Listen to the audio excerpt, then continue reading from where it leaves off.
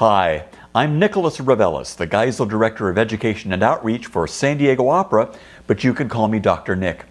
You're getting ready to see one of my all-time favorite operas, A Masked Ball, by one of my all-time favorite composers, Giuseppe Verdi. We just celebrated Verdi's 200th birthday. Happy birthday, Joe.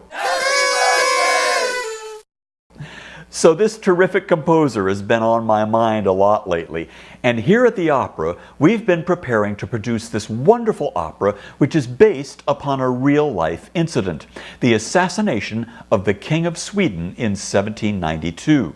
The king was Gustav III, and he ruled for about 20 years. He was what we call a benevolent despot, a phrase that means that he was very serious about helping his people and promoting freedom and equality to a certain extent, but that he also loved being king and ruled with an iron hand.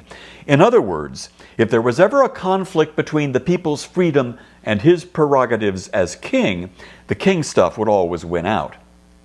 But he did a lot of good for Sweden in his time, modernizing its capital city, Stockholm, and bringing culture and the arts to a country that didn't have much of that before he came on the scene. But Gustav made a lot of political enemies. Disastrously, he committed Sweden to a war with Russia, which, even though they won, almost brought the country to bankruptcy. So there were a number of conspiracies going on trying to either remove him from the throne or kill him. One evening, while he was at a masked ball at the Opera House in Stockholm, one of these conspiracies caught up with him. While the orchestra was playing a dance number, a masked assassin came up behind the king and shot him point blank in the back, dropped his gun, and then ran out of the opera house before the exits could be sealed. The king didn't die immediately, but lingered for about 13 days when an infection moved in, and that finally killed him. The assassin was caught and executed, of course, along with the others who helped design the plot to murder the king. Now let's fast forward about 40 years. The composer Giuseppe Verdi in the mid-1850s is commissioned by the Teatro San Carlo in Naples, Italy, to write a new opera for their season. After many attempts, he finally landed on this historical story of Gustav III and his assassination in an opera house. Now, Verdi thought that the story was perfect for grand opera, with its political intrigue, the setting in a glittering royal court, the assassination itself. It was all very attractive to him as having real potential for a successful piece of musical theater. But the theater was a royal theater. Naples was the capital of the Kingdom of the Two Sicilies. The state authorities who determined what could and could not be produced in the city's theaters absolutely forbade Verdi to portray the murder of a reigning monarch on stage. Making things even more complicated was an amazing coincidence. Just when rehearsals for this opera were about to begin, the ruler of France, Emperor Napoleon III, survived an attempt on his life at the Opera House in Paris. Now you can imagine how insistent the authorities in Naples were now. The production of the opera was in serious jeopardy. Well, the composer, the theater, and the state censors began negotiating, insisting that Verdi changed so many things about the opera's story that he lost all interest in it. He pulled up stakes and moved the opera to Rome, the Teatro Apollo, hoping that he'd have better luck there. In the meantime, the theater brought Verdi to court in order to sue him for breach of contract. I'll bet you never thought it would be so much trouble just to get an opera produced, right? Well, the authorities in Rome were a bit more lenient, but they still insisted that the ruler in the opera would have to be demoted from king to count or duke. He couldn't be a king. Verdi finally gave in, and everybody decided to change the setting of the opera to Boston, Massachusetts. Yeah, you heard it right, Boston. And make the king an English count, a minor royal, who had become the governor of Massachusetts during colonial times just before the Revolutionary War. Isn't that interesting? An Italian opera with a Swedish story transferred to colonial America. Well, it worked, and it worked brilliantly. The opera A Masked Ball, or as they called it, Un ballo in maschera, was very successful and became one of Verdi's most popular operas. It wasn't until just the last 20 years or so that opera houses like ours have begun to produce the opera using its original story and setting in the Swedish royal court in Stockholm. There are, however, significant differences between the real-life story of Gustav and the story as it's played out in the opera. In the opera, for instance, the reason that the assassin, Johan Ankerström, wants to join the conspirators is because his wife Amelia and the king are in love with each other. Discovering this relationship, Ankerström is enraged and decides to kill Gustav. Well, that didn't happen in reality. The real Ankerström was motivated entirely by politics, and the king was married with 2 kids and seems not to have any interest in other women at all. Also, at the end of the opera, the king dies immediately. Well, after he sings a little farewell aria. I mean, this is opera. Then he dies. So be sure to wait for that, before the applause.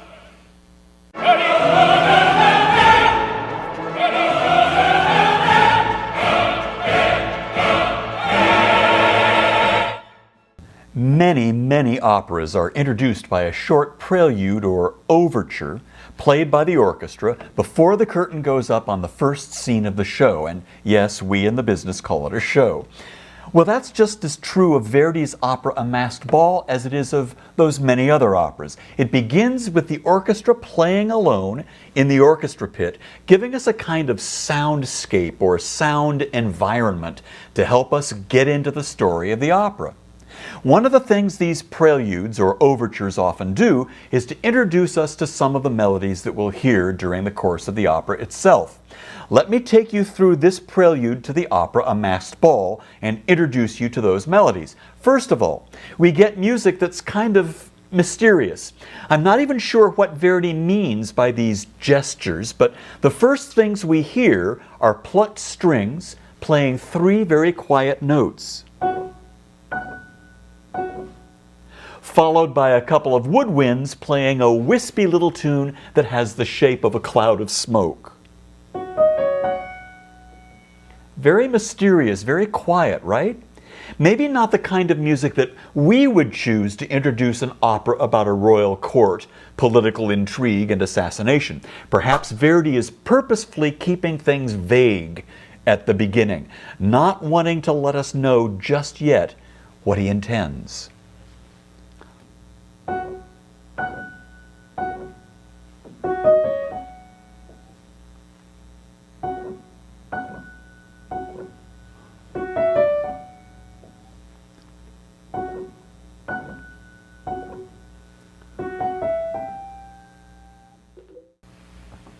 Interesting, right? Then he has the orchestra play a melody that we will definitely hear again. And as opposed to that wispy music we heard earlier, it's a full-blown melody. And it's actually kind of pretty. Listen.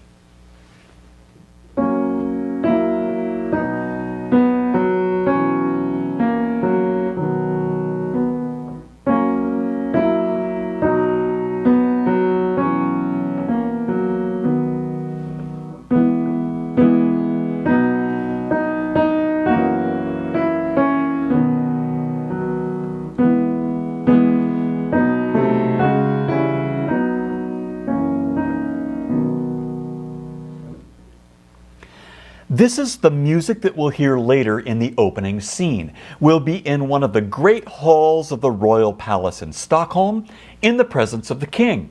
He'll be surrounded by his courtiers, servants, and advisors, and they'll all be speaking admirably about the king. That's what that pretty and peaceful music communicates to us. The good feelings of the royal court of the king as he goes about the business of, well, being king.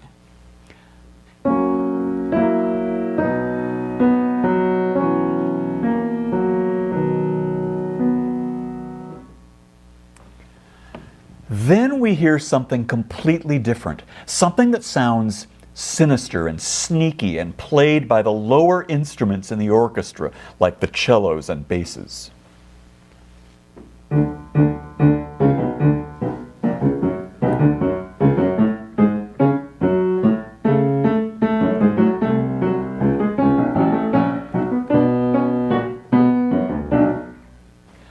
So that's a melody that we'll hear in the first act as well, as the conspirators sing about the revenge that they're plotting against the king.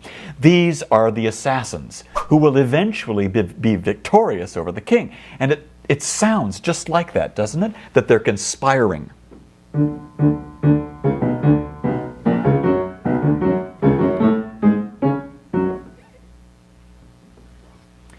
It's amazing. We go from that peaceful world of the courtiers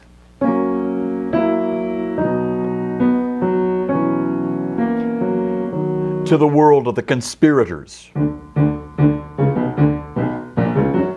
within just a few bars of music. But then we get another fleshed out melody, a beautiful melody that expresses the love that King Gustav has for Amalia, the wife of his chief advisor, Ankerström.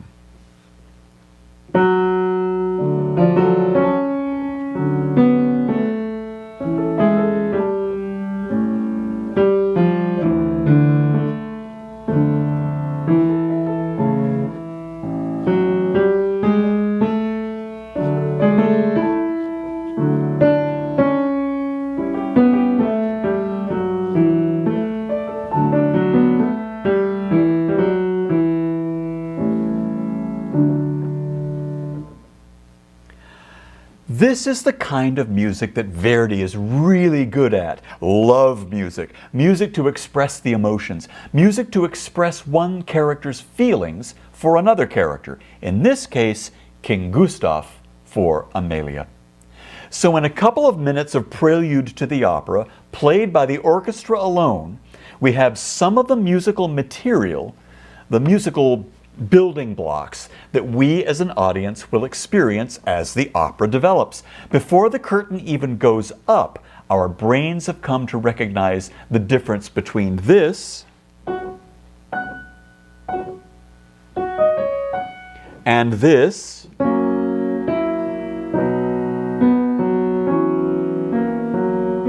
and this and this.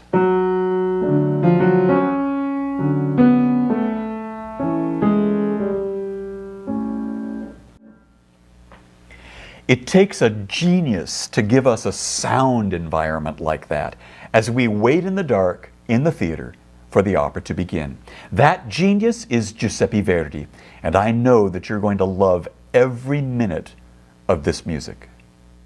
I know you're going to absolutely love A Masked Ball by Giuseppe Verdi. Un ballo in maschera has everything that you could possibly want in a grand opera. Big chorus, beautiful arias, gorgeous duets between the king and Amalia who love each other, and political intrigue, all the things that you would want in an exciting evening at the opera. I'll see you there. Thanks for listening.